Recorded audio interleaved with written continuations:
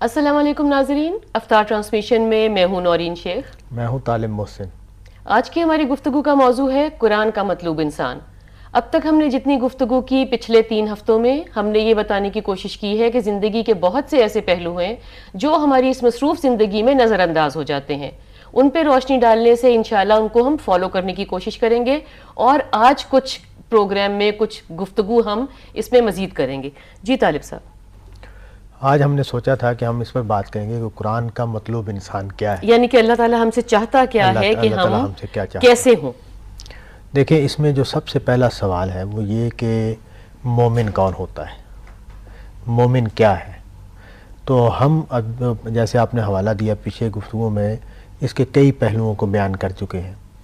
تو اگر ایمان کا مطلب بیان کیا جائے یا مومن کا مطلب بیان کیا جائے تو وہ یہ ہے کہ بندے نے اس حقیقت کو سمجھ لیا کہ اس کا ایک خالق اور مالک ہے، اور ایک قیامت برپا ہونے والی ہے جہاں اس نے اپنے اعمال کا جواب دینا ہے، یعنی کہ اس چیز کا جواب، اس وقت کا جواب جو اس کو یہاں گزارنے کے لیے ملا ہے، جو گزارنے کے لیے ملا ہے۔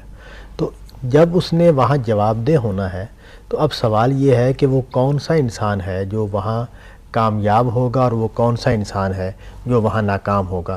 تو قرآن کا مطلوب انسان وہ ہوگا جو وہاں کامیاب ہو جائے گا۔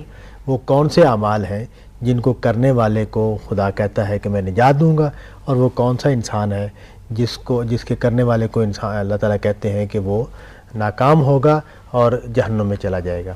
اس سے پہلے ہم تزکیہ نفس کے حوالے سے ہم نے بات کی کہ تزکیہ نفس سے کیا مراد ہے۔ آج ہم ذرا عملی پہلوؤں کو بیان کرنا چاہیں گے۔ تو میرے پیش نظر یہ ہے کہ سورہ بنی اسرائیل میں جو احکام بیان کیے گئے ہیں، پہلے ہم ان کو ذرا تفصیل سے دیکھ لیں۔ دیکھیں، سب سے پہلا جو تقاضا ہے وہ ہم سے بحیثیت مسلمان اللہ پر صحیح ایمان اور اس کی بندگی کا ہے، اس کی عبادت کا ہے۔ عبادت کے مسئلے میں ہمارے انسانوں میں ہم صدیوں سے دیکھ رہے ہیں کہ بہت سارے انحرافات ہوتے ہیں۔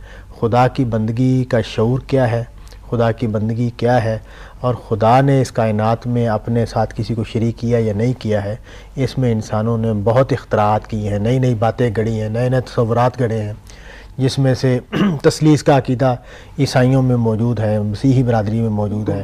اسی طرح شرک کی بہت ساری صورتیں ہیں جو مختلف قوموں میں اور ان میں موجود رہی ہیں۔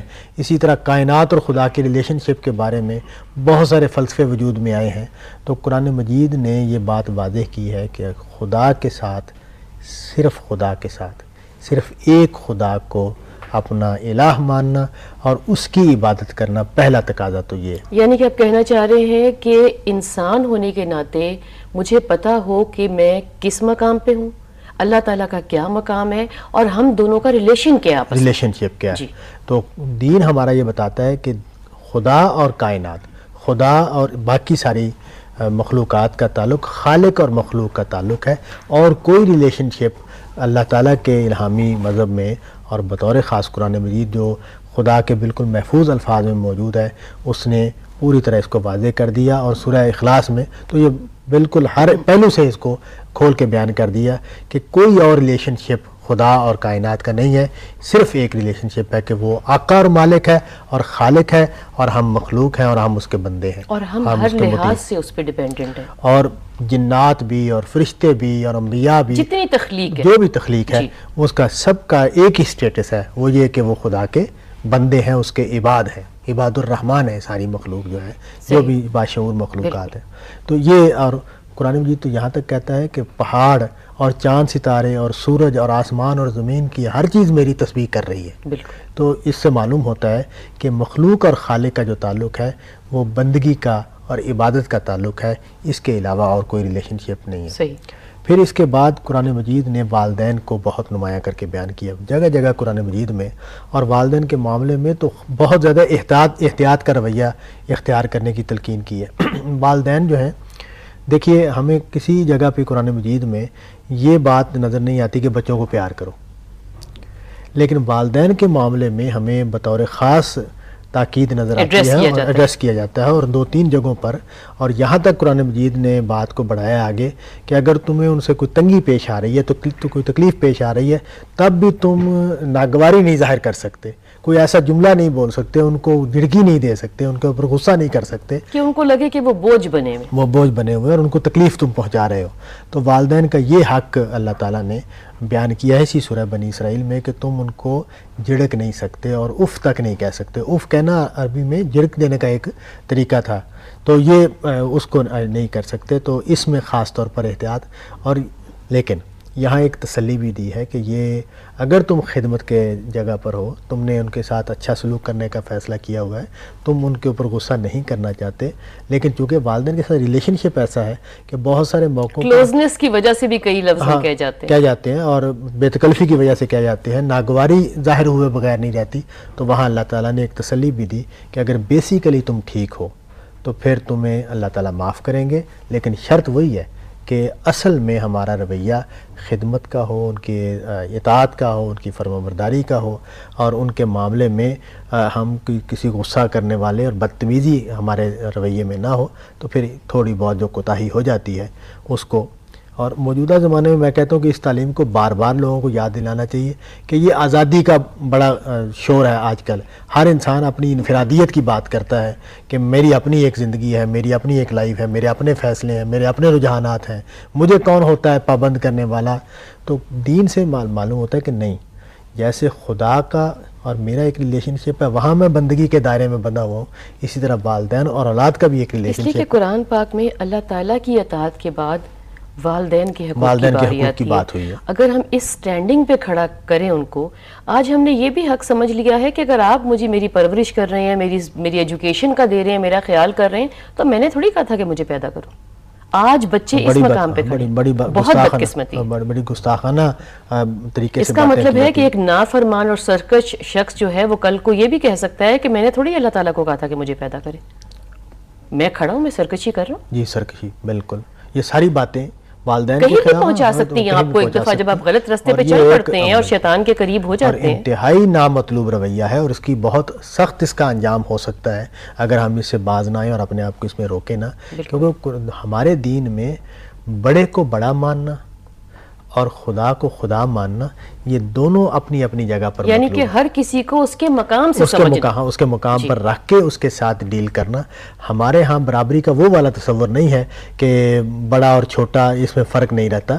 ہمارے ہاں آداب اور ادب اور ایک دوسرے کا لحاظ اور ہر ایک کی اپنی جگہ پر اس کو رکھنا.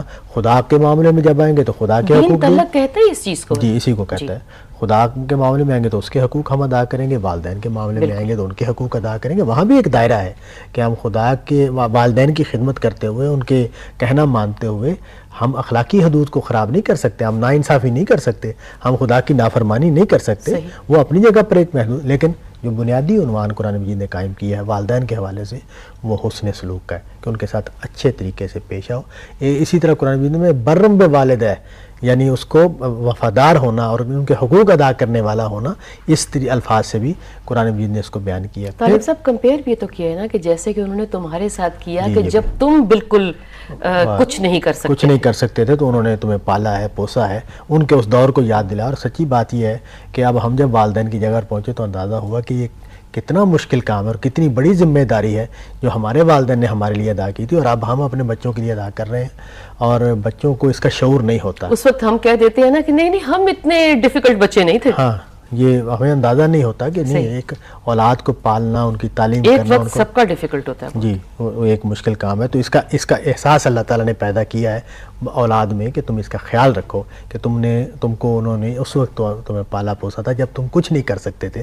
تو آج اگر ان کو ضرورت ہے تمہاری، اور والدین جو ہیں وہ اسی طرح بچوں کی طرح ہی ان کا بیہیویئر ہو جاتا ہے، تو اس کا خیال رکھنا، ریپیٹ کرنی پڑتی ہے بار بار بات، سمجھ نہیں آتی، بھول جاتے ہیں. طالب صاحب لیکن جو دونوں پیرنٹس کو پاتا ہے اور ان کی خدمت کرتا ہے وہ بڑا کمانے کا وقت ہے. بالکل ٹھیک ہے. وہ حضور نے فرمایا نا کہ بدقسمت ہے وہ شخص کہ جس کو والدین ملے اور اس نے جنت نہیں کمائی.